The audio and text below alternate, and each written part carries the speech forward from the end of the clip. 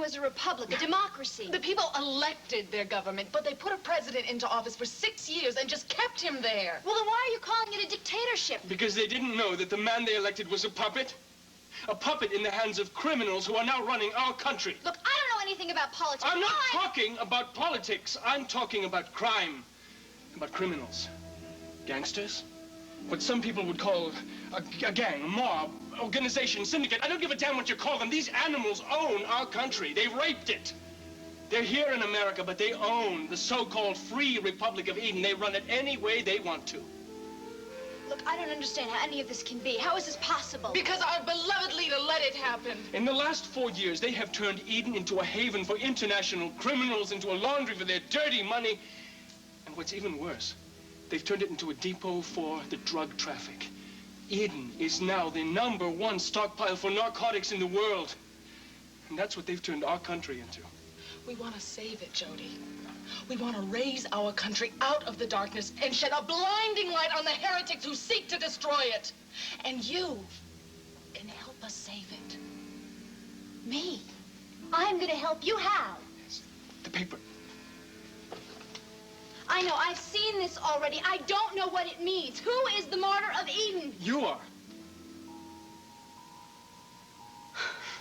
Oh, you're crazy. You are. My name is Jody Travis. I am 100% pure American. I've never even heard of your country until we found that stupid portrait in my... This does have something to do with the portrait, doesn't it? Pietro, show her the book. I can walk. What is this? This used to be a book. It's a history book about Eden. Looks like it's been in a fire. It was in a fire, along with a lot of other books that weren't approved reading. But this one was saved by a patriot called Jeremiah Keyes. Of course, he paid for that act with his life. His son still runs the bookshop. You don't mean the guy that locked me in here? Yes, look at this, Jody. It's a very bad reproduction, and it suffered in the fire, as you can see, but I'm sure you recognize it. My God, it's my portrait. Yes, it's your portrait. This is just black and white, but any school child in Eden would recognize this portrait if they saw it, but no one has seen it for 100 years. But my mother had this portrait. She had a right to own it, Jody. But she didn't have a right to forget her heritage. Her heritage? Yes, Jody. And yours.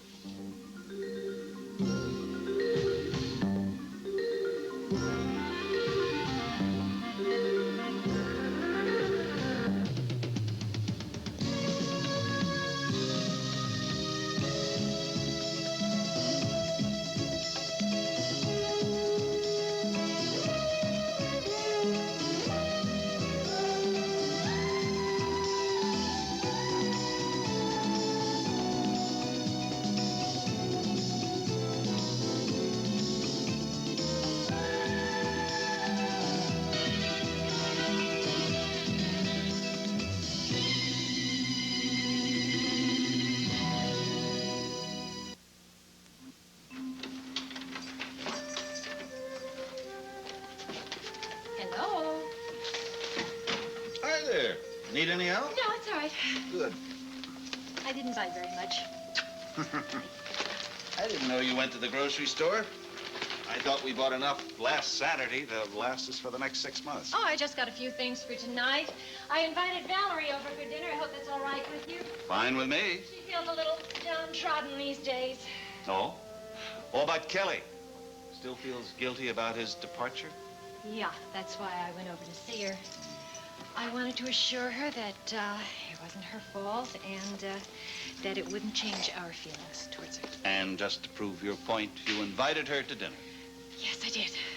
Now, do you have important news for me? Oh, wait a minute. Is Raven still insisting on retracting that statement? Oh, the autopsy, honey. Were you able to find out Hold on. Wait a minute. What? I'll tell you everything you want to know. Okay, go ahead. First, the bottom line. It looks as if there will not be a court battle over the Whitney estate. Then she isn't denying it. No, she's not. She capitulated in the face of what seems to be overwhelming evidence. Honey, you found the scar identifying Jefferson Brown. It was clearly described in that autopsy report given to us by Miles, with a photograph. The scar is identical to the one described in Jefferson Brown's previous medical records. And the man who calls himself Schuyler Whitney? No scar at all. There is no way to deny it. And thank goodness Raven is no longer trying to. What a blow to that woman. I mean, I can imagine how she must be feeling right now.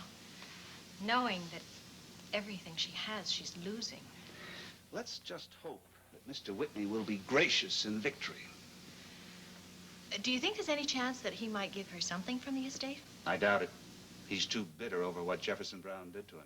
And the fact that Raven went along with it. I just hope he doesn't become vindictive. What, you mean bring criminal charges against her? Mm-hmm. He could make a very strong case against her. Take out his revenge on her. Well, I hope he doesn't. He'll be taking away everything that she has. He could at least leave her her dignity. And her freedom.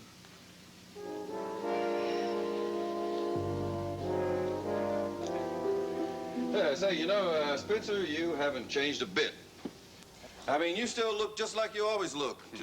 Same deadpan face, same inscrutable eyes. Can't say the same for you, Gunther. I've never seen you with so much hair on your head.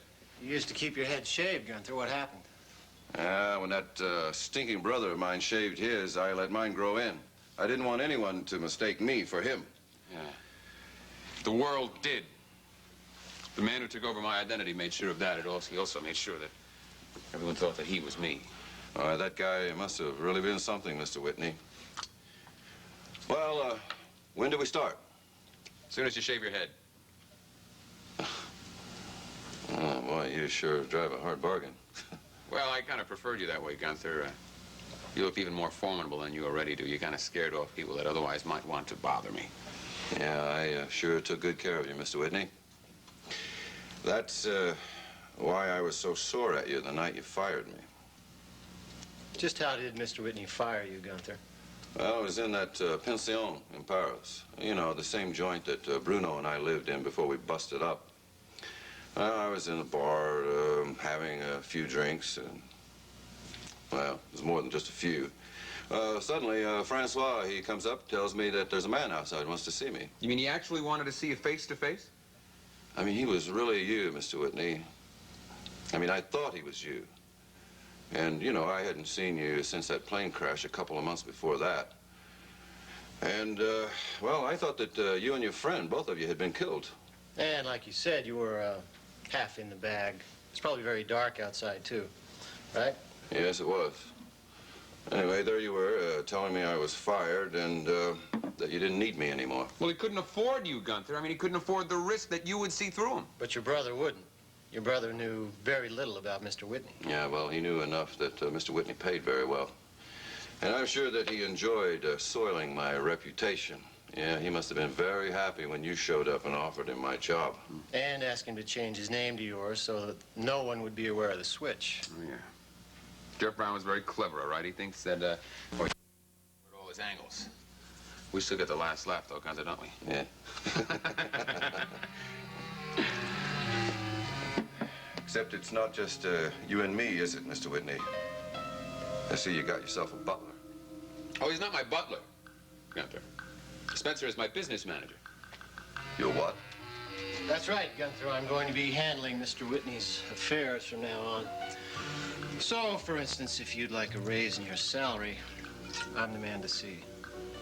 And what if I just go over your head, fish eyes? Wait a minute, Gunther. You just get this point straight. If you want this job, you're going to have to treat Spencer with the same respect that you would treat me.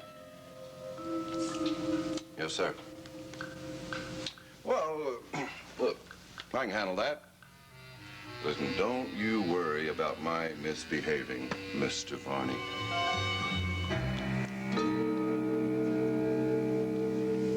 Morning.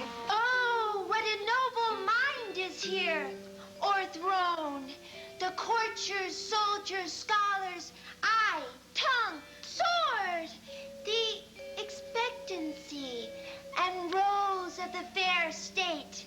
The glass of fashion and the moldy form.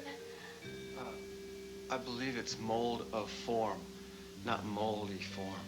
Oh. Right. The glass of fashion and the mold of form. the observed of all observers, quite down, and I, a lady's most deject and wretch. It's wretched, not wretched. Pardon? Wretched.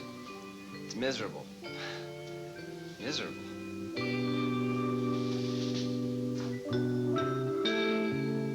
Really did. I think Kelly is excited to be back in Rome. Oh, I'm so happy to hear that. Thank you. Of course, he's lived there practically all his life. Well, the best part of it is that he's with his parents now when they need him, and I can assure you they're very happy about that. What about you and Mike? Don't you miss him a lot? Well, I guess he'll just have to help us fill the void. Come to dinner more often. I'll drink to that. So, Mike, I want to know about Skylar Whitney. Were you able to prove anything about his identity? It's been confirmed. The scar you told us about gave us positive proof that Jefferson Brown was posing as Skylar Whitney. Mm-hmm. There are going to be a lot of changes, especially in the Whitney house. Oh, Raven. Yeah. Losing all her glory. You think she's going to be able to handle it? No, considering the kind of woman she is. Is she still putting up a fight? No, Valerie, she isn't. She's admitted that her original statement is the truth. So it looks like Skylar Whitney will be moving into the mansion, and Raven will have to move out. It's incredible. I feel like I've been involved with this thing from the very beginning. How do you mean? Well, when I first knew the real Sky Whitney and Jeff Brown, I was very proud of how fine a plastic surgeon my father was, and I talked about him a lot, and maybe I gave Jeff Brown the idea in the first place. You can hardly blame yourself for that. Well, what I would like to know is why did he choose to call himself Jim Diedrichson? Oh, you know, Jim has a theory about that. Jeff Brown worked at the State Department, right? Yes, he did. Well, it's possible that he just came across Jim's military file. Jim was listed among the missing in action, so all his personal effects and all his records went to the State Department. Jeff could have just stolen his identity. In the same way he stole Skylar Whitney's. Not a bad theory, Valerie. Well, do you know if Jim is going to do anything else? I mean, do you know if he has any plans for the future? Well, I guess he's an actor. He'll keep struggling. Oh, what a rogue and peasant slave. Am I? Is it not monstrous that this player here, but in a fiction, in a dream of passion, could force his soul so to its own conceit? Oh, I'm sorry, we're interrupting something. Oh, not at all. Miss Martin, Mr. Nelson, do come in. What's the Mr. Nelson? Well, have you decided yet? About the class, I mean. I was just telling Ethel and Marvin here, I'm sorry, this is Cliff and Mitzi, Right. that you two had an opportunity to get the last 2 places in the classes, and so We never discussed it. No, please, I don't want to rush you. If, you know, just because you were there first, I'm sure that they will understand. Understand? Oh, I understand, yes. Yes, Mr. Diedrichson, we would be honored to study with you, and please take us in your class. Great. We would. We really would. We would. Terrific. Thank you very much. Well, I'm really sorry, but do come again a little later on. Maybe there'll be some room in the class, and don't stop pursuing acting. Thank you very much for coming in. You're real nice people. All right? Take this. That's all right. This is terrific. What's terrific? Well, your class, it's all filled up. Mitzi, I don't think the class is filled up. No, those are my first, probably my last applicants. Oh, I get it. You, didn't want to hurt their feelings. Right, they're really nice people. I don't know what I'm doing. I'm not going to make any money off of this studio. I'll just quit, drive a truck. Jim Diedrichson, don't you dare get discouraged. Look at me. I have not made 1 dime off of acting. But am I discouraged? Are you? Of course. But do I act discouraged? That is your best acting role, not acting discouraged. I remember when our little theater group was in its infancy, and we had such high hopes for the Whitney Theater. And then Mrs. Raven Whitney dashed those hopes to pieces. Frankly, Scott, don't worry your pretty little head. Someone tells me my car said that someone's going to come along here and take us all away from Raven. Oh. What was that? What, you mean you didn't hear? There's some guy in town who looks exactly like Sky Whitney. Yeah, I met him. You met him? Does he really look like him? Yeah. Oh, Mike tells me he has a great case. He's going to take everything from Raven. Including the theater? Including the theater. Wow. That's an interesting development. Can't make out that word. Principality. It describes what Eden used to be. I don't know what a principality is. It's just what it sounds like. A principality is a country that's ruled by a prince. The prince in this book was named Alexis Bonaventure. Bonaventure is the family name. You've heard of Raleigh Castle, haven't you? Yes, I have. It's in Graham County, isn't it? Don't they have some kind of a pageant there? Raleigh Castle was the summer palace of the Prince of Eden. And when the royal family was driven into exile, they lost everything. But years later, an American bought the summer palace and brought it here, stone by stone. Well, that I didn't know. Any more than I know about this. Look, I can't never make out mind. what I'm reading. I'll tell you a story. I know it by heart, because I used to hear it almost every day in Eden. Why? To keep the legend alive. The promise of Marie Bonaventure. Now, books can't keep that legend alive because there are no books about Marie Bonaventure. All the stories in print have been destroyed. No one knows about her sacrifice. All the books have been burned or destroyed, except for this one. Why? Is this story dangerous to their government? This story is the greatest enemy that the government has. It's what they fear the most. 200 years ago, Prince Alexis ruled in Eden, and he ruled very well. He was prince, and his father had been prince before him, but Alexis wanted his country to become a democracy. The ideal of democracy was spreading through all the world, to America, to France, to Eden. And he wanted to step down from his throne and let the people choose their own form of government. Sounds like quite a man. He was. He loved his country, and he loved his family. He had a beautiful wife, Morgana, and a very beautiful daughter named Marie. She was 19, but she was married already, and she had a daughter of her own. It was ideal. It was like a fairy tale. And then the rebellion came. You mean a revolution? No, not a revolution. A revolution is when the people overthrow a tyranny. There was no tyranny here. This was a rebellion by the obscenely wealthy people of Eden. By the corrupt aristocrats, by the generals. They didn't want a democracy. They wanted things to stay just the same. Revolution changes things. They wanted to keep all the power in... Pietro. What? We have to get ready. Well, don't rush me. I'm telling her about the Martyr You'll of have Eden. plenty of time to talk in the morning. Morning, you're... Oh, please, you're not going to keep me here overnight, We'd are better you? get her ready, too. Ready for what? We're leaving in the morning on the early flight. We are taking you to Eden.